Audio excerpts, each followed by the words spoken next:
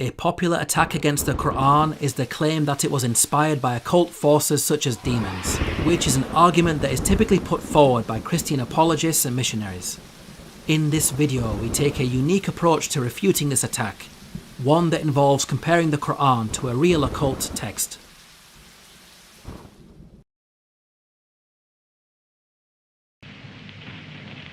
Bury me in a nameless grave.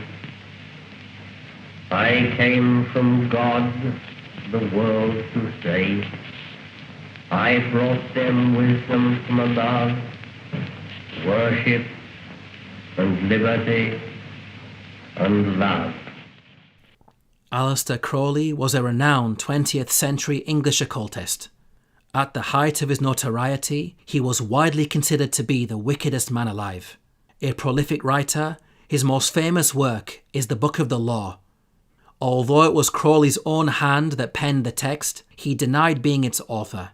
Crowley claimed that during his travels to Egypt in 1904, a supernatural entity that called itself Aiwass made contact with him. Aiwass, described by Crowley to be a being of intelligence far beyond that of human beings, proceeded to dictate the Book of the Law over the course of 3 days. After this experience, Crowley publicly announced his prophethood and claimed that he had been chosen by the gods to guide humanity into a new spiritual age. He went on to found the religion of Thelema, which he based on the principles of the Book of the Law. What makes Crowley an ideal candidate as a point of comparison is that his claims mirror that of Muhammad, peace be upon him, in the sense that he also claimed to be a divinely inspired prophet chosen to enlighten mankind.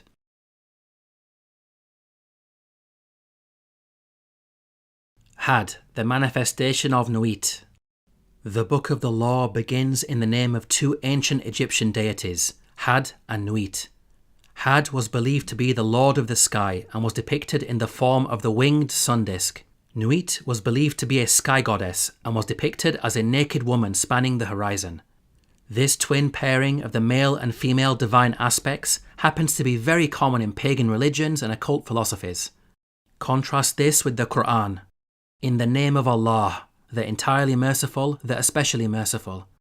The Qur'an begins in the name of Allah, which is an Arabic word meaning the God. The Qur'an teaches that there is only one true God, the creator of everything in the heavens and the earth, and the one who inspired prophets such as Abraham, Moses, and Jesus. When it comes to worship, the Qur'an declares, "And of his signs are the night and day, and the sun and moon. Do not prostrate to the sun or to the moon, but prostrate to Allah, who created them." We can see that the Qur'an forbids that worship be directed to anything other than the Creator. By comparison, the Book of the Law, like many pagan religions and occult philosophies, deifies nature. It's clear from the very outset that both books could not be more different when it comes to the concept of God. Ironically, it is those Christians linking the Qur'an to occult forces who actually have a concept of God, that of the Trinity, which is steeped in paganism and would not be out of place in Crowley's Book of the Law.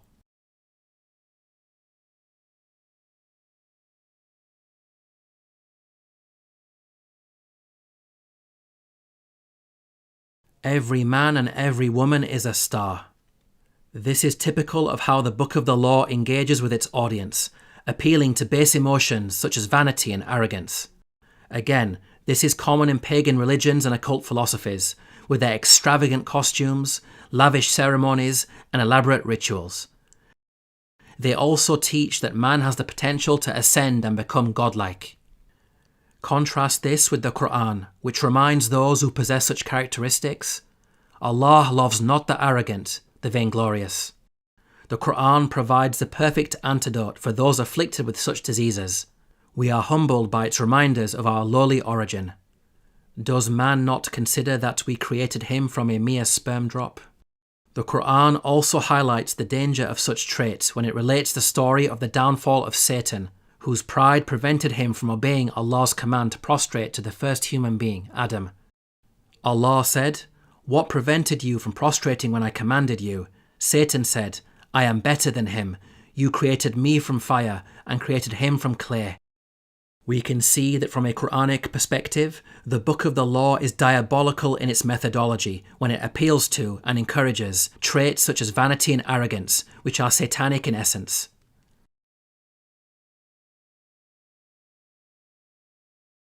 Let my servants be few and secret. The rituals shall be half known and half concealed.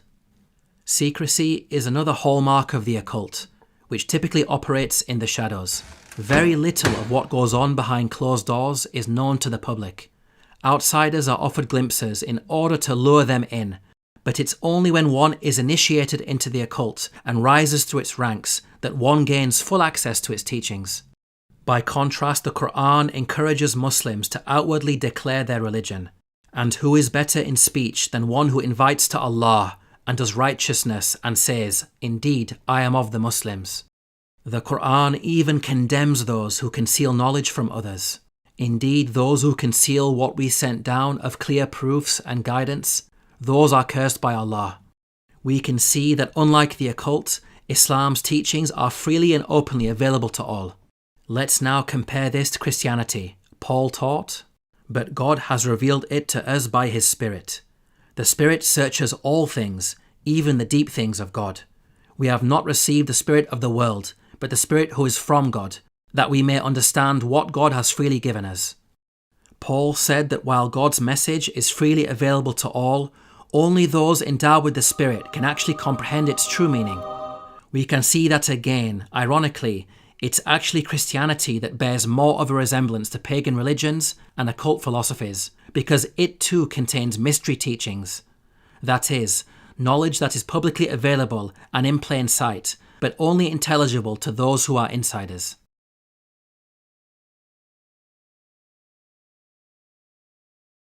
Do what thou wilt shall be the whole of the law. Do what you want is the central tenet of Crowley's religion of Thelema. This philosophy, which is satanic to the core, debases human beings by reducing them to the status of animals. For what are animals other than creatures of desire, acting on impulse, with no regard for moral rights and wrongs? By comparison, morality in the Qur'an is not dictated by the whims of human beings. Have you seen he who has taken as his God his own desire? Let's now take a look at the kind of morality the Book of the Law encourages. To worship me take wine and strange drugs whereof I will tell my prophet, and be drunk thereof. They shall not harm ye at all. Lust, enjoy all things of sense and rapture. We can see that the Book of the Law promotes vices such as promiscuous sex, alcohol and drugs, which bring with them a whole host of societal harms, such as disease, addiction and financial ruin. From a psychological perspective, it's interesting that the Book of the Law happens to condone and encourage the very vices that Crowley himself indulged in before he announced his prophethood. By contrast, the Qur'an teaches the exact opposite. O mankind, eat of that which is lawful and wholesome in the earth, and follow not the footsteps of the devil. Islam wants believers to be strong in mind, body and spirit. Anything that is harmful to the individual or wider society is prohibited. Unlike the Book of the Law, the Qur'an prohibited the harmful vices that the 7th century pre-Islamic Arabs indulged in. This shows us that the author of the Qur'an prioritizes the well-being of mankind over our whims and desires.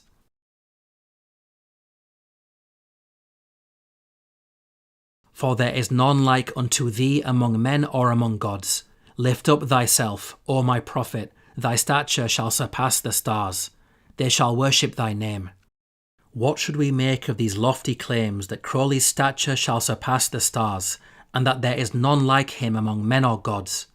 On the one hand, Crowley became an icon in the 1960s, with his libertine attitude to sex and drugs striking a chord with countercultural movements.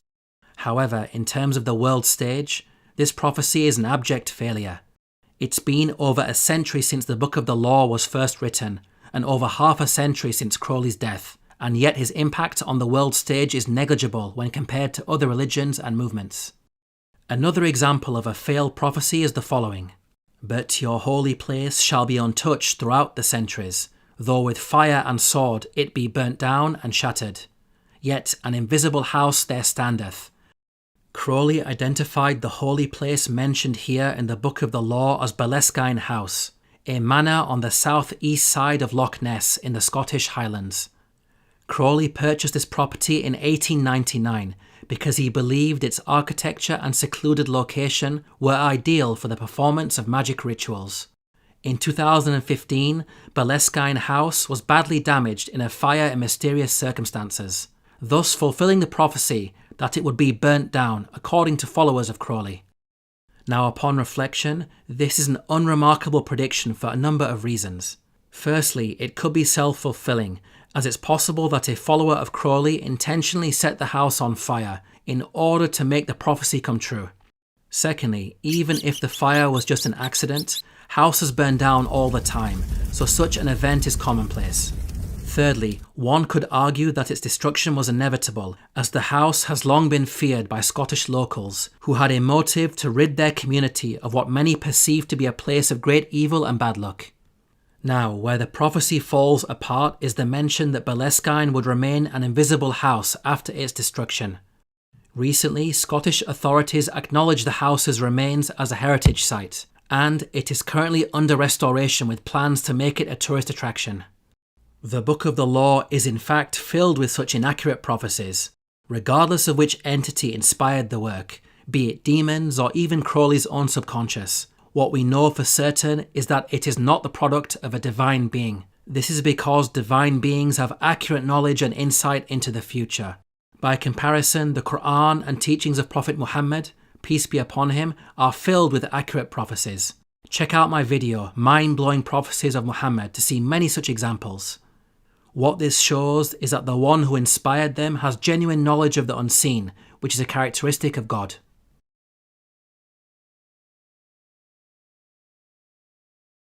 The best blood is of the moon, monthly, i.e. menstrual blood, then the fresh blood of a child, or dropping from the host of heaven, then of enemies, then of the priest or of the worshippers, last of some beast, no matter what.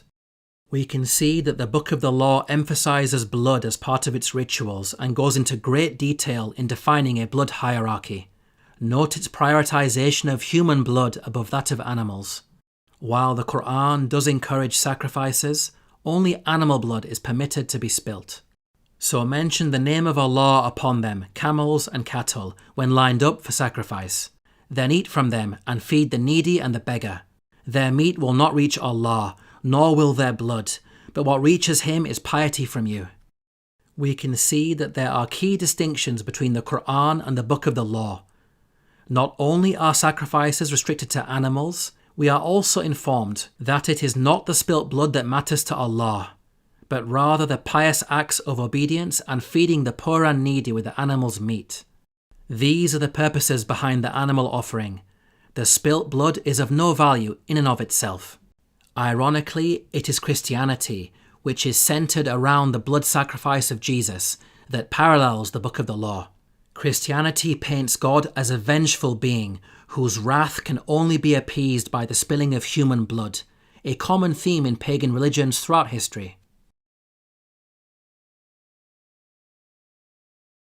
In this video, we have tackled the claim that the Qur'an is demonic in origin by taking the unique approach of comparing the Qur'an with the Book of the Law, a genuine occult work. This is a practical technique that has highlighted the absurdity of such claims, as we have seen just how radically different they both are.